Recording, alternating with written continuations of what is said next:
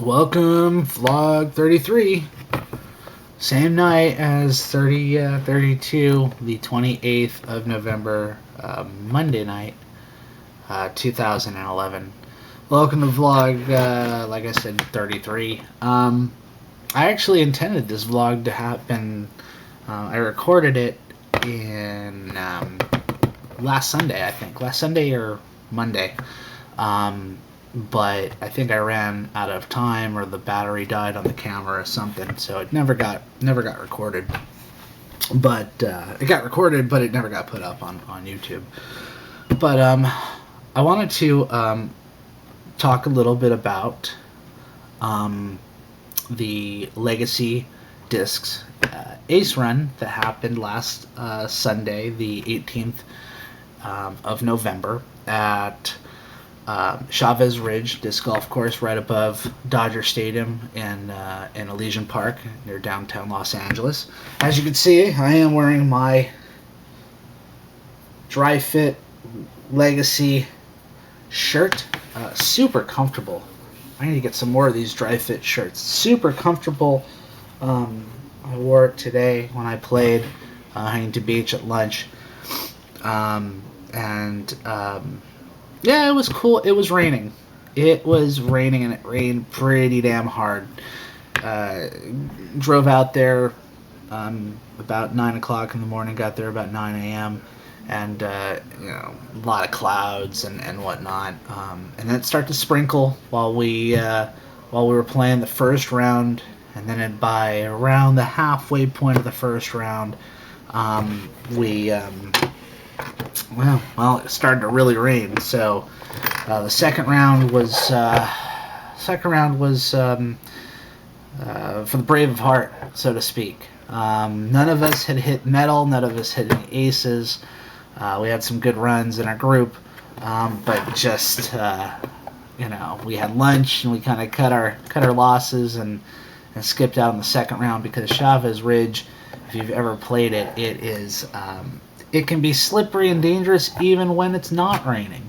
But when you have mud and you have wheatgrass and the landscape, the steep 300-400 foot drop slopes, it's not would not have been fun. We probably would have lost our discs and that they gave us. So they gave us 2 discs, and the first disc, this is the Rampage Protege Edition Rampage. It is Legacy's first distance driver at a 14 speed, and it's the Protege Edition. It's more like a pro, like if you're thinking of Innova, it's more like a pro edition, pro disc. Not a little bit gummy, but not as slick as, say, for instance, a Star plastic for Innova. But you got one of these. Now, we're thinking that, we love, believe me, I'm grateful that we even got disc. We got this, and we got the Legacy Cannon, which is the second driver, a little bit more understable, which means it doesn't cut hard left for backhand, right-hand throwers.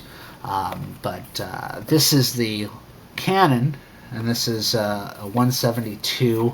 The Rampage was a 169, actually lower gram weight. The Pinnacle version of this, they only have right now at a 175 max gram weight. But this is the Icon plastic, which is more like a Star plastic, much more skip. Although I've been throwing the Rampage, and I've been getting really good skip.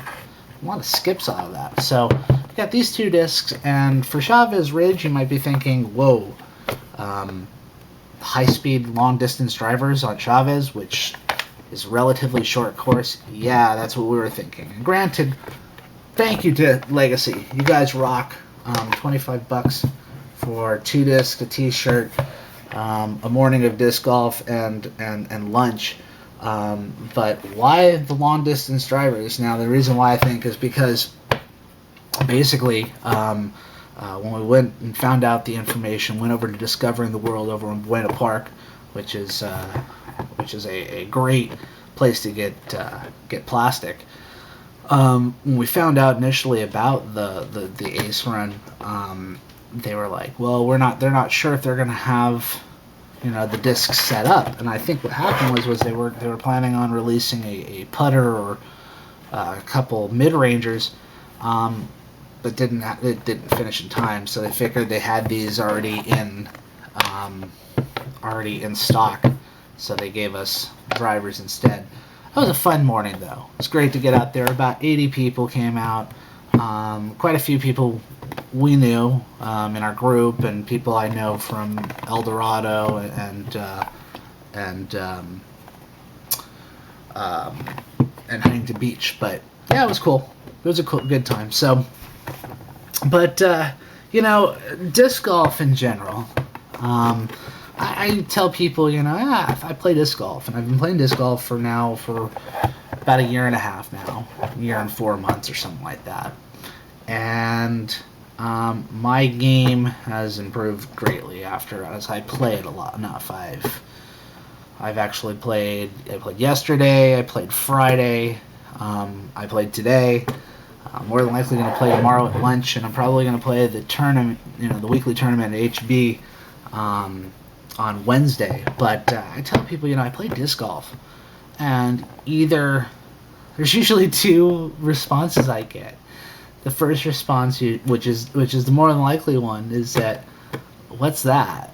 And I'm like, well, it's like golf, but it's with frisbees. It's with disc. And it's not with like a whammo disc, or whatever. But that's one of the responses I get. And then the second response I get is from people who are a little bit older than me. They're like, shit, man, I used to play that back in like the 80s and 90s, back in the day. I just used to go and drink and fucking smoke pot and hang out and fucking play disc golf. And that's still really a lot of the mentality, actually. The group of guys I play with at Huntington Beach are just the most laid back, chill. It's guys I know, just very laid back. I mean, every day is a party day at HB, so to speak. And they're a good bunch of guys. So, but it's also allowed me to get out and get some exercise besides my morning workouts in the morning. And just it's a great sport to play. I mean, discs, drivers, these, would run you between $14 and $16. Here's a mid-range. This is called the mid-range disc. This is for not necessarily a driver or a putter. This is a Star Rock. I think I paid like $12 for this or something. It's a really good disc. This is a putter. This is an Ion an Ion made by Maple Valley Plastics, I think. And this is it's floppy. It's soft. This is usually what you throw as far as your putter. I think I paid $14 or $15 for this because it's kind of a high quality putter. Here's a distance driver. It's called the Star Roadrunner, and it comes in different plastics. They have Star. They have different kinds of plastics, which give you a different kind of landing and how it lands, and just a different feel. There's a Star Vulcan. This is a distance driver. This has been my go-to disc for a while. So 13 speed, and they go all the way from 13 to 14 speed. So, and this is my Buzz mid-range disc. I really haven't been playing with it. I just bought it recently, so I'm still trying to get used to playing with it. And then there's another driver by Latitude 64 called the Havoc, and this is their gold line plastic, which, like I said, is much like a star plastic. But discs are relatively cheap. You can go and buy discs for you can buy them used from people from like $5 to $6, or you can buy them new. Like I said, high speed driver will run you at the most 16, 17, $18 max. And then the courses, there's over 3,000 courses, I believe, worldwide, and about 90% of them are free to play. So basically all you have to do, show up there with your discs and your setup. And especially in an economy where people are finding that entertaining themselves and doing something fun, costs a lot of money, this is a great alternative to get out there and play. Just a little bit of background on the game. It really was popularized in the late, like mid to early 70s as far as permanent disc golf courses. The first ever permanent disc golf course is Oak Grove in Pasadena, California. I actually have a video, which I will put a link to down here, of us playing. Right now it's overcome with ticks for some reason. But that is the first ever permanent disc golf course to set up with permanent, holes and baskets and it's like golf basically. You have a tee pad, much like you put a tee with a ball. It's where you line up and you drive, but it's a tee pad. And you throw off the tee pad, and usually your discs. Usually the game consists of par threes, more than anything par threes, unless you get to some of the bigger disc golf courses in back east. A lot of them have par fours, but you have, like I said, a driver and a mid range for something that's not necessarily needed for a driver, or a fairway driver, and not necessarily close enough that you can use a putter. But basically, Huntington Beach is the second one. Oh, you got Oak Grove, the first one, and then Huntington Beach, where I play on a regular basis, is the second permanent disc golf course, which I think was founded in like 1973. And the pin positions and locations of the baskets have changed many times over the years. But it's a great game. I mean, basically, all you need to do, it's just like regular golf. If it's a par 3, your goal is to get it into the basket, because it's a basket with chains hanging down. There's chains, it's a post, and there's a basket, and you're supposed to hit the chains or hit into the basket. If it's a par 3, obviously you want to get it 3 tries or less. And it's a lot easier than regular golf, and a lot cheaper than regular golf. And I think everyone should get out there and try to play. And the market for disc golf is really wide open. There are 2 companies that really hold down, 2 to 3 companies that really hold down a lockdown on the merchandise and the discs, and that's Innova and Discraft. Legacy's just started. They're out of California. Latitude 64 is actually out of Sweden. This disc was made in Sweden, and it's really popular in Europe as well. But they have the World Championship every year, which was up in Santa Cruz, California this year, where somebody got showing dudes throwing long distance drive contests, throwing over 600 feet.